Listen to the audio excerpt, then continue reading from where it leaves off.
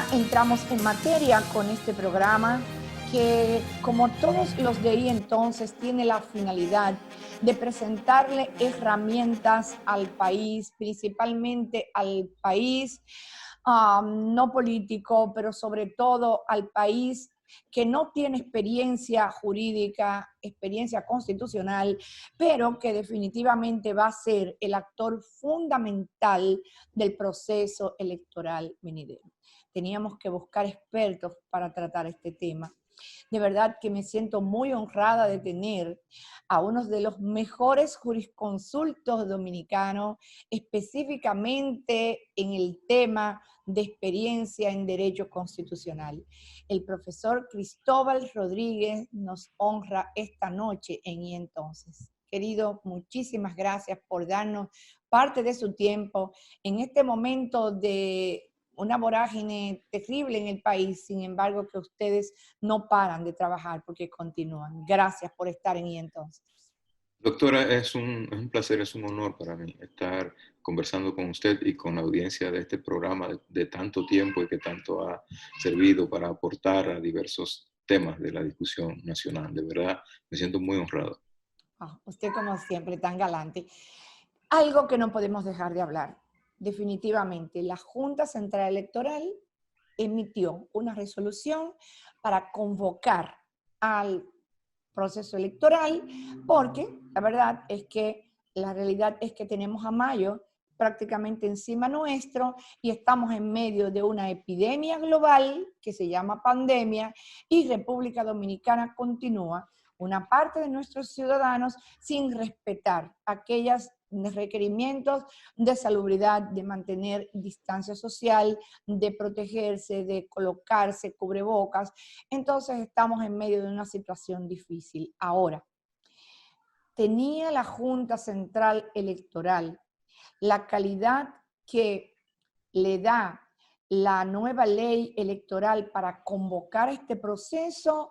¿O qué piensa desde el punto de vista jurídico constitucional el profesor Cristóbal Rodríguez? Bueno, este tema ha estado con razón por la relevancia que tiene en la discusión desde antes incluso de que la Junta emitiera su resolución el lunes pasado. Eh, como estábamos, bueno, el pasado lunes.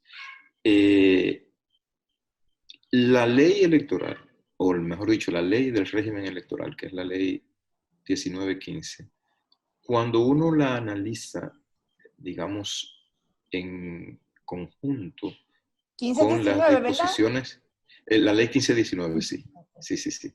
Cuando uno analiza sus disposiciones a la luz de los artículos 211 y 212 de la Constitución, debe concluir que, por un lado, la Junta es el único órgano competente para decidir la suspensión de un proceso electoral. Parece que la Junta decidió primero suspender y luego convocar. O sea, a mi juicio no hay duda de que la Junta tiene la facultad para suspender.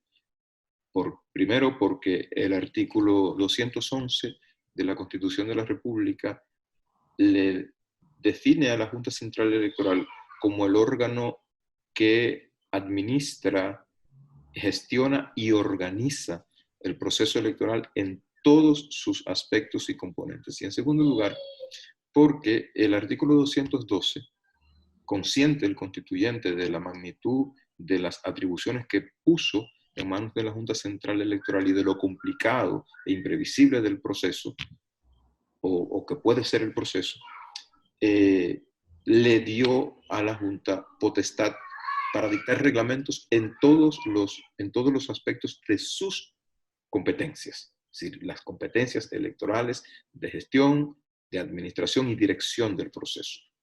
En virtud de esas dos disposiciones constitucionales, el artículo, hay un artículo en la ley que es el artículo 18, que en su numeral 22 le reconoce a la Junta potestad para tomar cuántas previsiones considere necesarias para resolver cualquier, y le estoy citando casi literalmente, cualquier inconveniente que se suscite en el marco de un proceso electoral.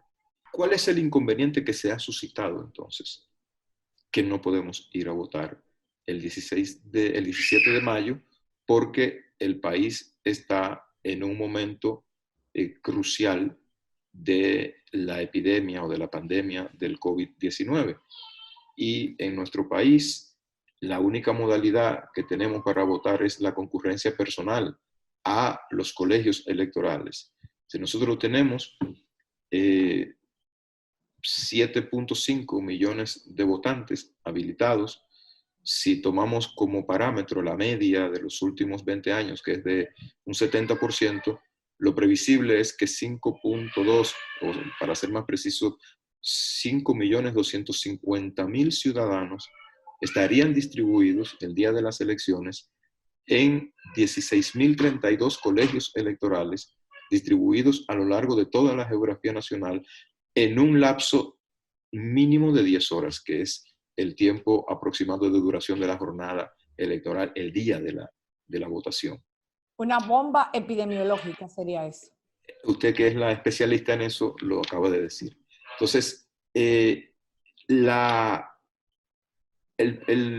primera recomendación, la más recurrente, la más importante, en la que más se insiste, tanto en el país como a nivel internacional, es en la necesidad del confinamiento. Eso es, por definición, contrario a ese aspecto del protocolo de abordaje del COVID-19. En ese sentido, la Junta Central Electoral asumió, previendo esas situaciones, asumió la decisión en virtud de esos mandatos de la Constitución y la ley que le acabo de mencionar, de disponer la suspensión, que es una facultad que deriva directamente de la lectura del artículo 18, numeral 22 de la ley 1519.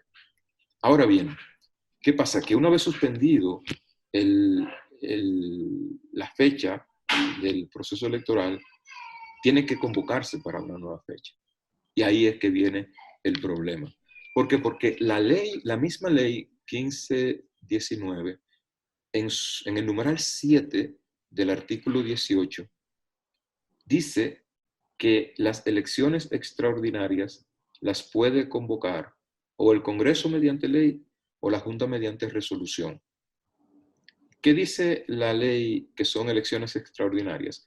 Aquellas que se celebran para una de tres razones: o para suplir cargos electivos a demarcaciones territoriales de nueva creación. Es decir, si se crea un nuevo municipio, una provincia, o si se crea una nueva provincia, antes de que hayan elecciones generales, bueno, pues a esa demarcación hay que dotarla de las autoridades para la gestión política de su nuevo estatus.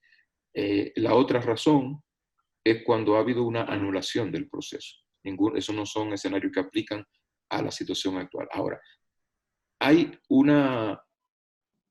digamos, una locución indeterminada en el texto del artículo 92 de la ley, en el numeral 2 específicamente, que dice que también son elecciones extraordinarias las que se convocan por cualquier otro motivo, para cualquier otra circunstancia. ¿Cuál es el motivo de la convocatoria? Bueno, la misma situación de que como no se pudieron hacer en mayo, va a haber que hacerla en otra fecha. Lo que define el elemento definitorio de lo extraordinario de un proceso electoral es que se realiza en una fecha fuera de la constitucionalmente prevista. Le digo esto para dejar sentado que las elecciones que se van a realizar en julio o cuando fuera que se realicen son unas elecciones extraordinarias. Entonces, volvemos atrás. La ley, en el numeral 7 del artículo 22, en el numeral 7 del artículo 18, dice que las puede convocar esas elecciones extraordinarias o la Junta por resolución o el Congreso por ley. No define en qué circunstancias las convoca el Congreso ni en qué circunstancias las convoca la Junta. Por tanto, es un texto ambiguo. Pero cuando nos vamos al artículo 209.3 de la Constitución, nos encontramos con que ese texto dice literalmente, las elecciones extraordinarias se realizarán dentro de los 70 días posteriores a la publicación de la ley que las convoca.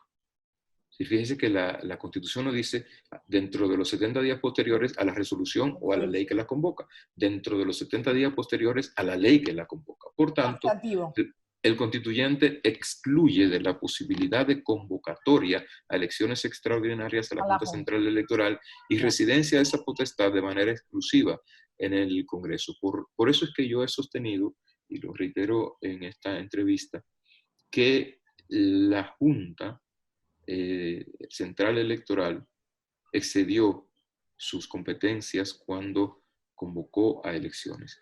Y es lamentable que sea así, no lamentable que haya excedido su competencia, es lamentable que no pueda hacerlo. Yo creo que debería poder hacerlo, pero en derecho, al menos cuando uno lo lee desde una óptica, desde la óptica del académico, las cosas no son como deberían ser, son como son. Y las disposiciones de la Constitución son las que están escritas ahí. Entonces, yo creo que a quien corresponde, a quien correspondía y a quien corresponde la fijación, o mejor dicho, la fijación del plazo y la convocatoria para nuevas elecciones, sí, es al Congreso de la República. Porque el artículo 6 de la Constitución Dominicana dice que todo el ordenamiento jurídico infraconstitucional tiene que ser conforme a la Constitución.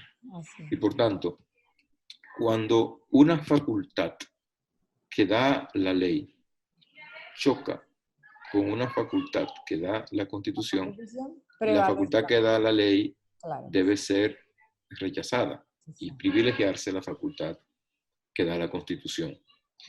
Yo sé que hay colegas que tienen una visión distinta,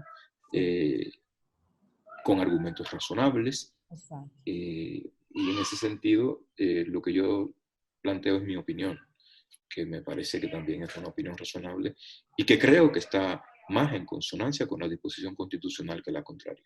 Okay.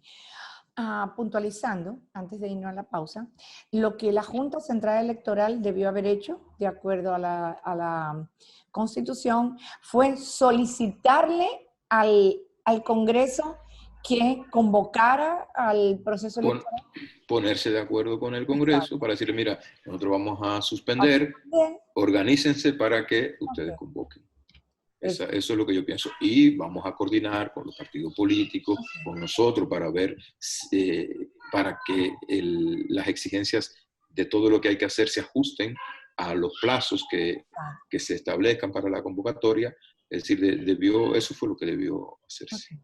Vamos a una pequeña pausa, doctor.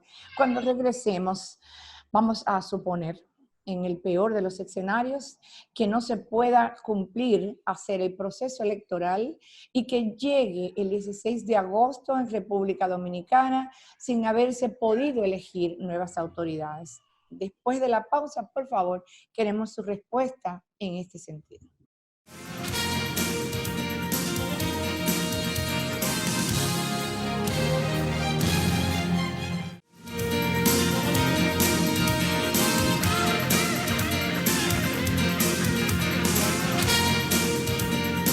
Bien, regresamos de la pausa. Con nosotros el especialista en Derecho Constitucional, el profesor Cristóbal Rodríguez. Dejamos suspendida una pregunta antes de ir a la pausa. Si usted conecta en este momento con nosotros, vamos a repetir. En el escenario peor de que República Dominicana llegue al 16 de agosto o llegue luego de todos los plazos o las convocatorias y no haya podido elegir nuevas autoridades, ¿qué hacer, querido profesor? Ese es un escenario bastante complejo y que es el menos deseado de todos los probables, pero que es probable. No hay una respuesta constitucional, digamos, exenta de controversia. No hay una respuesta o no hay una alternativa que no pueda ser rebatida con argumentos más o menos razonables. Algunas son más, otras son, a mi juicio, menos razonables, pero todas las alternativas que se han propuesto pueden ser atacadas con argumentos razonables. Ese es el punto de partida. Wow. ¿Dónde nos lleva esa situación? Esa situación nos lleva a un escenario en el que el fundamento de la solución no es jurídico. El fundamento de la solución Político. es político. O sea, Wow.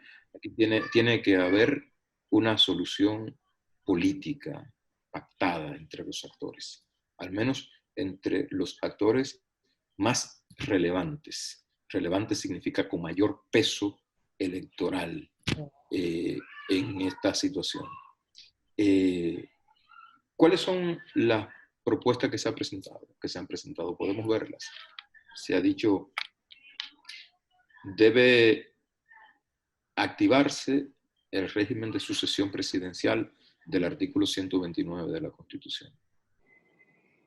Cuando uno lee el artículo 129, dice, este es un escenario absolutamente indeseado. ¿Por qué? Porque, ¿qué es lo que dice el 129? Dice, a falta temporal o definitiva del presidente de la República, asume la vicepresidenta. Pero la vicepresidenta también cumple el 16 de agosto. ¿Qué pasa? ¿A dónde nos lleva? Asume el presidente de la Suprema Corte de Justicia, numeral 3 del artículo 129. 29. Esa asunción por parte del presidente de la Suprema Corte de Justicia es provisional, lo dice la misma Constitución. Y dice que el presidente de la Suprema debe convocar dentro de los 15 días posteriores al momento en que asume su condición provisional de presidente de la República a la Asamblea Nacional. Pero la Asamblea Nacional no puede ser convocada porque la Asamblea Nacional cesa en el mismo momento en que cesan las autoridades electas en mayo del 2016. Pero vamos a suponer que puede convocar a la Asamblea. Vamos a suponer que el acuerdo político implica que los legisladores continúan. Se convoca a la Asamblea. ¿A qué fines se convoca a la Asamblea? A los fines de que la Asamblea Nacional elija al sustituto definitivo del presidente y de la vicepresidenta en falta.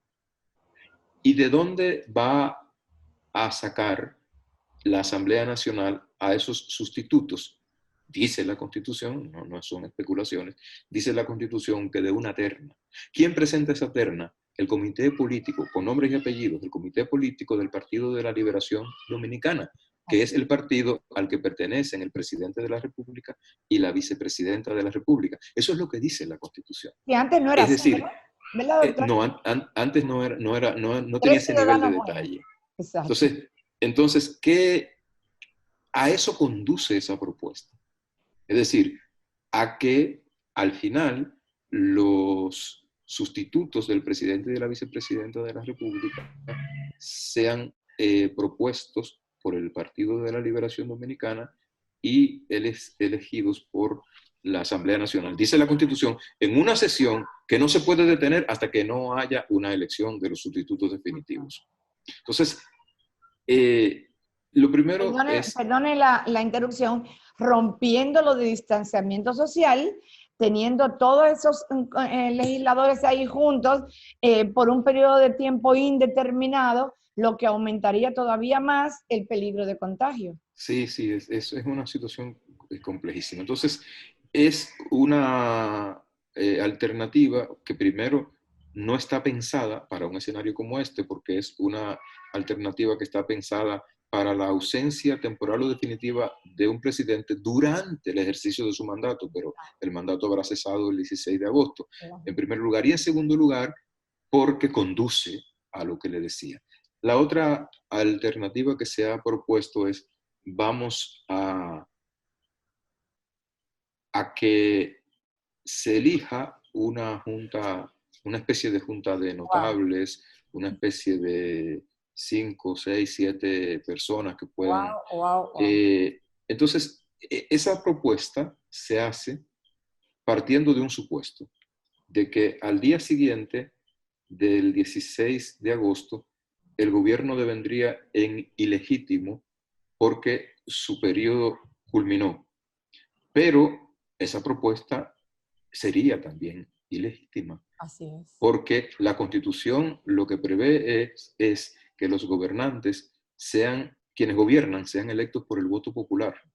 Y Exactamente. y las únicas opciones excepcionales a esa posibilidad son las que abren la posibilidad de que el presidente de la Suprema Corte de Justicia acceda provisionalmente al gobierno a condición de que convoque a la asamblea. Entonces, fuera de ese escenario, que es para otra circunstancia, todos los funcionarios que tienen cargos de responsabilidad en el gobierno central, o mejor dicho, el presidente, el vicepresidente de la República y los legisladores, tienen que provenir del voto. Por tanto, si asumiéramos esa propuesta, estaríamos también en un escenario de quebrantamiento del ordenamiento constitucional. Se activa el régimen del artículo 275, es la tercera alternativa que ha planteado el profesor Eduardo Jorge Prats. ¿Qué es lo que dice el artículo 275? Que los funcionarios de los órganos constitucionales, que son funcionarios designados, que cumplen el periodo para el cual fueron designados, no electos, permanecerán en sus cargos hasta el día en el que se designen a los que los van a sustituir. Es decir, un ejemplo muy concreto, los 4 magistrados que fueron sustituidos en diciembre del año pasado del Tribunal Constitucional fueron sustituidos un año después de que el periodo por que fueron designados concluyera. Exacto. Pero no podían abandonar porque el tribunal tenía que continuar. Claro. ¿Cuál es el inconveniente de esa alternativa? Que el artículo 274,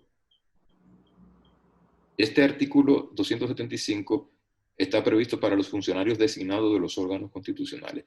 El 274 regula eso mismo en relación con los funcionarios electos por el voto popular. Exacto. Y dice, lo que dice es que cesan el 16 de agosto. Entonces, ¿en qué medida son extrapolables? Yo creo que hay argumentos razonables para oponerse a esa alternativa. El principio de continuidad del Estado es la otra cuestión. Para que el gobierno pueda continuar. Pero el Estado igual continuaría si se adoptara cualesquiera de las otras medidas, aunque fueran, digamos, bastante difícil de amoldarlas a los lineamientos de la Constitución. En síntesis, es bastante complicado el asunto. Yo creo, entonces, que lo que debemos, a donde deberíamos apuntar en un escenario como ese, es a la adopción de la opción que más se compadezca con las exigencias del momento que vive el país y lo que más se aproxime al espíritu de lo que dispone la Constitución. Y yo creo que en estas circunstancias, si llegáramos ahí, lo lógico sería que el gobierno continúe en la gestión de la crisis hasta que se pueda convocar a las nuevas elecciones. 3 cuestiones creo que deberían estar acompañadas de esa propuesta. En primer lugar, eso primero tiene que ser el resultado de un pacto político. O sea, tienen que los actores principales del sistema político y del mundo social, empresarial, religioso del país, tienen que ser parte de esa decisión. En segundo lugar, eso demandaría un nivel de intensidad en el control del Congreso de la República, por el Congreso de la República, de las ejecutorias del gobierno en las políticas que está implementando para el combate del virus. De manera tal que el momento en el que se pueda levantar la emergencia no sea una decisión discrecional que dependa de lo que el gobierno considere, sino de lo que dicten objetivamente las circunstancias de la pandemia. Y en tercer lugar, yo creo que, y esto no tiene que esperar al 16 de agosto, yo creo que una propuesta de esa naturaleza exigiría el concurso de toda la sociedad, de todo el liderazgo político, sin excepción, para junto con el gobierno, definir y ejecutar una agenda común de abordaje del virus. Algunos lo han llamado un gobierno de unidad nacional, como usted le quiera llamar, pero esta es una situación que ha escapado al control de todos los gobiernos a donde ha llegado, salvo en algunos países en el Oriente. Y que por tanto no puede ser responsabilidad exclusiva del gobierno. Tiene que ser una cuestión país.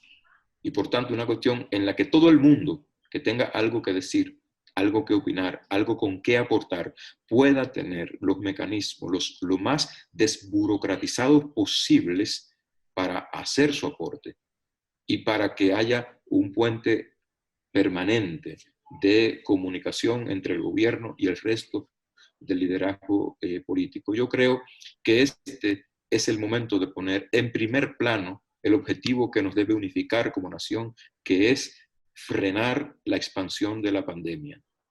Pienso que eso no implica que perdamos de vista el tema electoral. El tema electoral es muy importante, es fundamental, pero frente a los riesgos que supone la pandemia es secundario. Frente a los riesgos que supone la pandemia es secundario. Y por tanto, si podemos votar el 5 de julio, genial, sería lo ideal. Pero si no podemos votar el 5 de julio, tenemos que asumir que no podemos. Y ponernos a la altura de la circunstancia y buscar las salidas que mejor se convengan con los intereses del país. Después, los políticos podrán volver a sus rebatiñas, podrán volver a sus querellas, podrán volver a lo típico de los procesos de campaña electoral, ¿no? Pero ahora no es el momento de la rebatiña, ni de la controversia, ni de la querella. Ahora es el momento de la unidad monolítica de todos. Wow.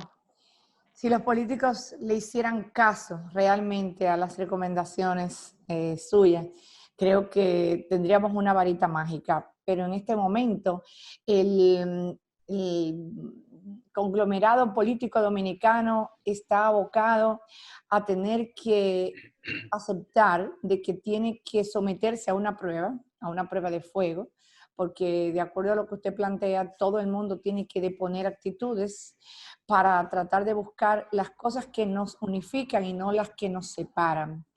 Estamos hablando de que esperamos que se pueda, de verdad que sí, querido profesor, porque desde el punto de vista médico sabemos que el tiempo va a ser corto.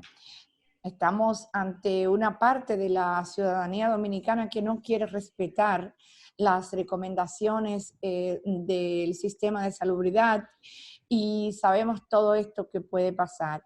La pregunta final, abusando de su tiempo. ¿Cuándo cree usted que sería el mejor momento de que se comenzara a hablar de este diálogo, de este consenso, buscar la manera de la avenencia ante la posibilidad, aunque muchos consideren remota, de que no se puedan cumplir los plazos y de que no podamos tener autoridades electas para el 16 de agosto? En su experiencia, ¿cuándo usted cree que sería tal vez el tiempo más que se puede esperar? Yo pienso que esa es una cuestión que hay que quitarle el elemento de tabú que hasta ahora ha tenido. Es decir, porque esa es una probabilidad. Y yo creo que el liderazgo político tiene que asumirlo responsablemente, de manera adulta, que esa es una probabilidad. Y hay que empezar a buscar ahora las alternativas ante esa probabilidad. No podemos esperar al 15 de agosto. No podemos esperar al 15 de agosto para pretender el 15 en la noche sentarnos a buscar salida. El 16 de agosto, si no hubiera posibilidad de hacer elecciones, el 16 de agosto tenemos que tener una respuesta con antelación suficiente a esa situación y un acuerdo, aunque sea preliminar, con antelación suficiente para esa circunstancia. La política está llena y la vida en general está llena de imprevistos, pero hay cosas que se pueden prever y esta se puede prever. Oh.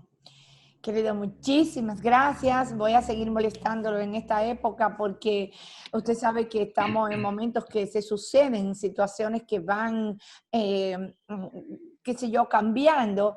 Y entonces para esto me gustaría siempre poder contar con su opinión, con su orientación para una ciudadanía que ya de por sí está nerviosa, de por sí tiene muchas interrogantes por la situación de salud, la situación de pandemia en que nos encontramos, y además la parte política nunca puede dejarse atrás. Estoy a su entera disposición, doctora. Un placer siempre conversar con usted. Gracias, un abrazo, querido. Igualmente, Buenas igualmente. noches. Cuídese. Bye. Buenas noches. Bye.